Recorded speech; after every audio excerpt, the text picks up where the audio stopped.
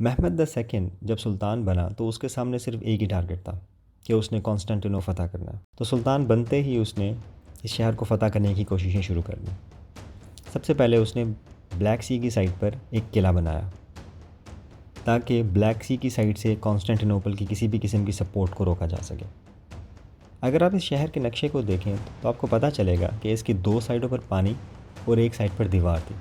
یہ دیوار بہت ہی مضبوط تھی اور ایک چھوٹی سی فوج بھی اس دیوار کو استعمال کرتے ہوئے کسی بھی بڑی فوج کو شہر میں داخل ہونے سے روک سکتی تھی۔ اور یہی وجہ ہے کہ تقریباً 23 مختلف فوجوں نے مختلف وقتوں پر اس شہر کو فتح کرنے کی کوشش کی جو کہ نہ کر سکے۔ اگر آپ پانی کی سائڈ سے دیکھیں تو شہر میں داخل ہونے کے لیے جو راستہ تھا اسے گولڈن ہارن بولتے ہیں۔ گولڈن ہارن کے اندر بھی ایک ڈیفینسو میکنزم تھا کہ اگر آپ دیکھیں کہ کانسٹنٹینوپل کے بالکل سامنے ایک چھوٹی سی کالونی گلاٹا کے نام سے تھی۔ ان دونوں سائڈوں پر ایک چین لگا کر گولڈن ہارن کی انٹری کو کنٹرول کیا جاتا تھا۔ جس بھی شپ کو اجازت دینی ہوتی کہ وہ شہر کے اندر آ جائے تو اس چین کو نیچے کر دیتے اور شپ ایزیلی پانی سے کراس ہو کے اندر آ جاتی، اور جب انہوں نے کسی کو روکنا ہوتا تو اس چین کو کھینچ لیتے تو کوئی بھی شپ شہر کے اندر نہیں آ سکتی تھی۔ چین کی دونوں سائڈوں پر توپیں لگی ہوئی تھیں۔ جب چین کھینچی ہوتی اور کوئی شپ اندر آنے کی کوشش کرتی تو چین کی وجہ سے وہ رک جاتی اور توپوں کی زد میں آ جاتی۔ سلطان محمد دا سیکنڈ نے کانسٹنٹینوپل کو فتح کرنے کے لیے جب اپنی کیمپین شروع کی تو وہ تقریباً 1,00,000 کی فوج لے کر آیا، اور اس دیوار کو توڑنے کے لیے اس کے پاس 69 توپیں تھیں، اور ان میں کچھ توپیں اتنی بڑی تھیں کہ جب وہ فائر کرتی تھیں تو انہیں ری لوڈ ہونے کے لیے 3 گھنٹے چاہیے ہوتے تھے۔ اور اس سے ایک مسئلہ ہو گیا کہ جب وہ توپوں سے فائر کر کے دیوار کو نقصان پہنچاتا تو اگلے 3 گھنٹوں کے اندر بیزنٹینی اس دیوار کو دوبارہ سے مینٹین کر لیتے۔ کئی دن لگاتار بمباری کرنے کے باوجود اور بہت سی اٹیمپٹس کے باوجود جب شہر فتح نہیں ہوا تو سلطان محمد فاتح نے وہ کیا جو تاریخ میں نہ تو اس سے پہلے کبھی ہوا اور نہ ہی کبھی دوبارہ ہوگا۔ اس نے اپنی کشتیاں گولڈن ہارن میں پہنچا دیں۔ کیسے؟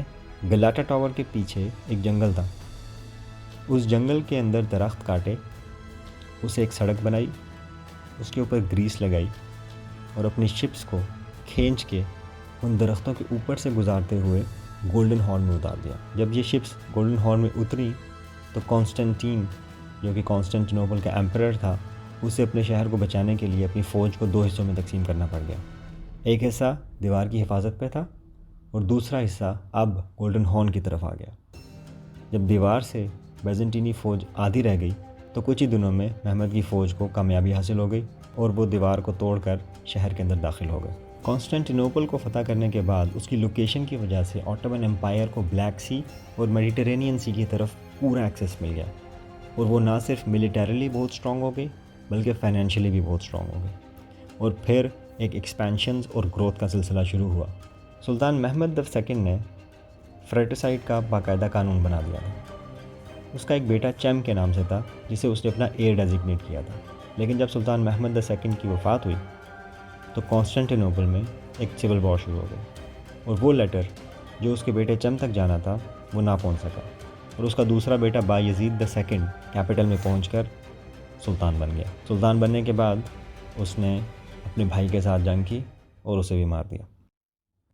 بایزید دا سیکنڈ نے اپنے دور حکومت میں بہت سے علاقے فتح کیے کیونکہ اس کے پاس کانسٹنٹینوپل کی بیس تھی جس کے استعمال کرتے ہوئے وہ ایزیلی بلیک سی کی طرف اور میڈیٹرینین سی کی طرف علاقے فتح کرتا گیا۔ بایزید کے مرنے سے پہلے ہی اس کے بیٹے احمد نے اس کے خلاف بغاوت کر دی۔ اس بغاوت کو روکنے کے لیے اس کا دوسرا بیٹا سلیم احمد کے مقابلے میں آ گیا۔ دونوں کی جنگ ہوئی، سلیم جنگ ہار گیا۔ احمد جب کانسٹنٹینوپل میں پہنچا تو سلطان کی جنیسری فوج نے بغاوت کر دی اور اسے قتل کر دیا۔ اس کے بعد سلیم دا فرسٹ سلطان بنا۔ سلیم دا فرسٹ کے سلطان بننے کے بعد آٹومن امپائر میں جو ایکسپینشنز ہوئی وہ اس سے پہلے کسی نے بھی نہیں کی تھی۔ اس نے 10 سال کے اندر ہی حجاز، میسوپوٹیمیا، ایجپٹ اور فلسطین کو فتح کر دیا۔ یہ سارے علاقے اس وقت مملوک سلطنت کا پارٹ تھے اور عباسد خلیفہ بھی اس وقت مملوک سلطنت کا ایک فگر ہیڈ تھا۔ لیکن جب سلطان سلیم نے یہ سارے علاقے فتح کر لیے تو عباسد کیلیفیٹ نے اپنی خلافت کو سلیم دا فرسٹ کو ٹرانسفر کر دیا، اور اس طرح سلیم دا فرسٹ پہلا آٹومن کیلف بن گیا۔ اسی لیے آپ دیکھتے ہیں کہ آٹومن کی ہسٹری میں سلطان زیادہ ہیں اور کیلفس کم ہیں، کیونکہ سلیم دا فرسٹ سے پہلے سب سلطان تھے اور اس کے بعد سب کیلف بھی تھے۔ سلیم دا فرسٹ کے بعد سلیمان دا فرسٹ سلطان بنا، جسے سلیمان دا میگنیفیسنٹ بھی کہتے ہیں۔ اس نے تقریباً 45 سال حکومت کی اور اس کے دور میں آٹومن امپائر ہر لحاظ سے اپنی پیک پر تھی، اور پورے یورپ میں کسی بھی اور سلطنت میں اتنی طاقت نہیں تھی کہ وہ آٹومن امپائر کا مقابلہ کر سکے۔ سلطان سلیمان تک اپنے باپ سے طاقت ایزیلی ٹرانسفر ہو گئی، کیونکہ اس کے باقی سارے بھائی بہت ہی چھوٹی عمر میں پہلے ہی فوت ہو چکے تھے۔ سلیمان دا میگنیفیسنٹ نے پہلی مرتبہ فورن کانکیوبائنز اپنے حرم میں شامل کر لیں۔ اس کے بعد انٹرنل پالیٹکس کا ایک ایسا سلسلہ شروع ہوا جو اس امپائر کے اختتام تک چلتا رہا۔ سلیمان کی 2 فیوریٹ کانکیوبائنز تھیں، ایک کا نام تھا ماہی دیورن اور دوسری تھی حرم سلطان۔ ماہی دیورن کا بڑا بیٹا مصطفیٰ تھا جو کہ ایئر اپیرنٹ تھا، اور حرم سلطان کو یہ پتا تھا جیسے ہی مصطفیٰ سلطان بن گیا تو حرم سلطان کے سارے بیٹوں کو مار دیا جائے گا، تو اس نے سلطان سلیمان کو اپنے بیٹے کے خلاف بھڑکایا اور الٹیمیٹلی سلیمان نے اپنے بیٹے مصطفیٰ کو قتل کر دیا۔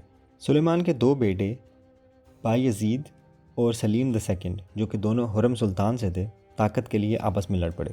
سلیم دا سیکنڈ کی سپورٹ کی اور اس نے اپنے بھائی بایزید کو ہرا دیا۔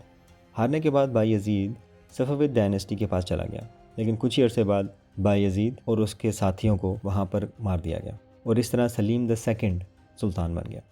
سلیم دا سیکنڈ کے بعد مراد دا تھرڈ اپنے 5 بھائیوں کو قتل کر کے سلطان بنا، اور اس کے بعد محمد دا تھرڈ سلطان بنا۔ مراد دا تھرڈ کے سلطان بننے کے بعد 20 بیٹے ہوئے، اور محمد دا تھرڈ جب سلطان بنا تو اس نے اپنے 20 کے 20 بھائیوں کو قتل کیا، اور اس کے سلطان بننے کے ساتھ ہی محل سے 20 کفن نکلے تو پورے شہر میں سناٹا اور خوف چھا گیا۔ اس کے بعد احمد دا فرسٹ سلطان بنا، اور یہ پہلا سلطان تھا جس نے اس فریٹیسائڈ کے قانون کو ختم کر دیا۔ احمد دا فرسٹ نے بلو ماسک بنوائی تھی، اور اس قانون کو ختم کرنے کی وجہ یہ تھی کہ اس کا اس وقت تک کوئی ایئر نہیں تھا۔ اس کو ڈر تھا کہ میں نے اگر اپنے بھائی کو مروا دیا اور خود بھی کوئی ایئر نہ پیدا کر سکا تو ان کی امپائر کا بلڈ لائن یہیں پہ ختم ہو جائے گی۔ احمد دا فرسٹ کی فیوریٹ کانکیوبائن قاسم سلطان تھی۔ احمد نے فریٹیسائڈ کے قانون کو ختم کرنے کے بعد جو نیا قانون لایا تھا، اس کے مطابق جب ایک سلطان مرے گا تو خاندان میں جو سینئر ہوگا سلطنت اس کے پاس جائے گی۔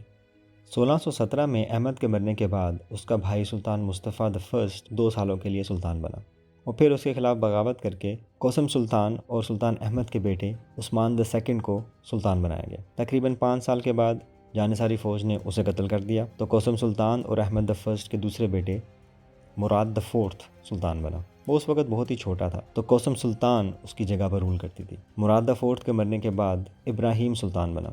اس کے بارے میں کہا جاتا ہے کہ اس کا دماغی توازن شاید ٹھیک نہیں تھا، وہ بہت ہی غیر مقبول ہوا اور اس نے قاسم سلطان کو بے دخل کر دیا۔ قاسم سلطان نے اس کے خلاف سازش کی اور اس کو مروا دیا۔ اس کے بعد سلطان ابراہیم کا بیٹا محمد دا فورتھ سلطان بنا۔ اس کی ماں اور قاسم سلطان کی آپس میں رائیولری چلتی رہی، اور ultimately Sultan Muhammad the fourth کی ماں نے قاسم سلطان کو مروا دیا۔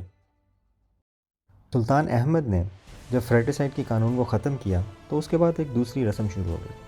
جب بھی کوئی سلطان بنتا تو وہ تمام لوگ جو کہ سلطان کے مرنے کے بعد سلطان بن سکتے تھے، ان سب کو ایک قلعے میں بند کر دیا جاتا، جسے کفے یا گولڈن کیج کہا کرتے تھے۔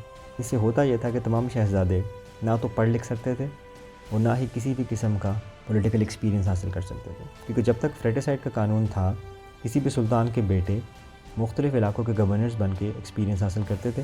سلطان کے مرنے کے بعد جب وہ سلطان بنتے تھے تو ان کے پاس آلریڈی حکومت چلانے کا ایکسپیرینس ہوتا تھا، لیکن جب یہ قانون ختم ہو گیا تو اپنے آپ کو سول وار سے بچانے کے لیے جو بھی سلطان بنتا باقی تمام شہزادوں کو ایک قلعے میں بند کر دیتا، اور وہ وہاں پہ سوائے محلاتی سازشوں کے اور کچھ نہ سیکھتے۔ اسی وجہ سے 16ویں صدی کے بعد آنے والے آٹومن سلطان نہایت ہی نالائق ثابت ہوئے۔ ان کا زیادہ وقت کانکیوبائنز اور محلاتی سازشوں میں گزرتا تھا، اور جب وہ سلطان بن بھی جاتے تھے تو ان کے پاس کوئی بھی اسکل سیٹ نہیں ہوتا تھا، اسی لیے وہ آسانی سے مینیپولیٹ بھی ہو جاتے تھے اور اپنے گرینڈ وزیرز کے ہاتھوں کھیلے بھی جاتے تھے۔ محمد دا فورتھ کے بعد جو پہلا سگنیفیکنٹ خلیفہ تھا وہ سلطان محمود دا سیکنڈ تھا۔ اس کے دور میں بہت سی تبدیلیاں ہوئیں۔ سلطان کا ڈریس کوڈ اس کے دور میں چینج ہوا۔ اس نے جینیسری کور کو بھی ختم کر دیا اور پہلی سعودی اسٹیٹ کو بھی۔ پہلی سعودی اسٹیٹ ایک مشہور مذہبی لیڈر محمد بن عبد الوہاب اور محمد بن سعود نے بنائی تھی۔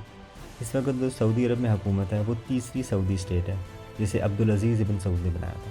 محمود کے دور میں آٹومن امپائر میں ویسٹرنائزیشن کا آغاز بھی ہوا، جو کہ آگے چل کر ینگ ٹرکس کی جنریشن کا سبب بھی بنی۔ محمود دا سیکنڈ کے بعد آخری سلطان جس کے پاس کوئی طاقت بھی تھی عبد الحمید دا سیکنڈ تھا، جس نے تقریباً 1876 سے 1909 تک سلطنت کے امور کو سنبھالا۔ 1909 میں اسے نکال دیا گیا اور اس کی جگہ محمد دا ففتھ سلطان بنا، جس نے ورلڈ وار 1 میں آٹومن امپائر کو لیڈ کیا۔ محمد دا ففتھ وہ آخری سلطان ہے جس نے مسلمانوں کو جہاد کی کال دی۔ آخری جہاد کی کال نومبر 14 1914 کو دی گئی، جب آٹومن امپائر ورلڈ وار 1 میں جرمنی کا پارٹنر بن کے داخل ہوئی۔ جنگ کے بعد محمد دا فورتھ کو نکالا گیا اور اس کی جگہ محمد دا ففتھ سلطان بنا۔ 1922 میں ٹرکش ریپبلک بن گئی اور یہ ریپبلک بننے کے بعد آٹومن امپائر کو آفیشلی ختم کر دیا گیا، اس لیے آٹومن امپائر کا آخری سلطان محمد دا سکس تھا۔ ٹرکش ریپبلک کے بننے کے بعد آٹومن امپائر تو ختم ہو گئی تھی، لیکن کیلیفیٹ کا انسٹیٹیوشن اپنی جگہ پر قائم تھا، اس لیے آخری سلطان محمد دا سکس تھا، لیکن آخری caliph Abdul Majeed the second تھا۔ اور 2 سال کے بعد 1924 میں ٹرکش اسمبلی نے خلافت کا انسٹیٹیوشن بھی ختم کر دیا۔